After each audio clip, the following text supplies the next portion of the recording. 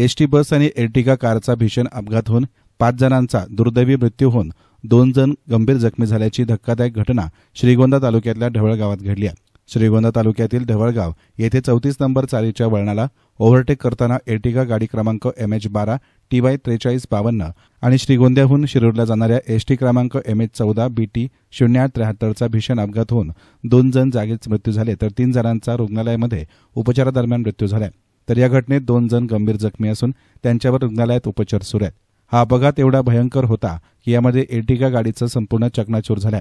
प्राथमिक माहिती अशी की मृत्यू झालेले 4 आणि जखमी असलेले 2 हे श्रीगोंदा तालुक्यातील पारगाव सुद्रिक येथील रहिवासी आहेत। यामध्ये दत्तात्रय बळीराम खेतमाळीस, भाऊसाहेब बाबूराव मडके, हरी तुकाराम लडकत, विश्वनाथ लक्ष्मण नन्नवरे हे 4 जण मयत झाले असून लोणी व्यंकनाथ येथील विठ्ठल गणपत डोके यांचा उपचारादरम्यान मृत्यू झाला। तर रंगनाथ मुरलीधर खेतमाळीस, रोहिदास हरिभाऊ सांगळे हे 2 जण गंभीर जखमी आहेत। याचबरोबर एसटीत प्रवास करणारे सुमारे 16 प्रवासी सुखरूप आहेत। बेलवंडी पोलीस आणि श्रीगोंदा आगार कर्मचारी यांना माहिती मिळताच त्यांनी अपघात ठिकाणी धाव घेतली।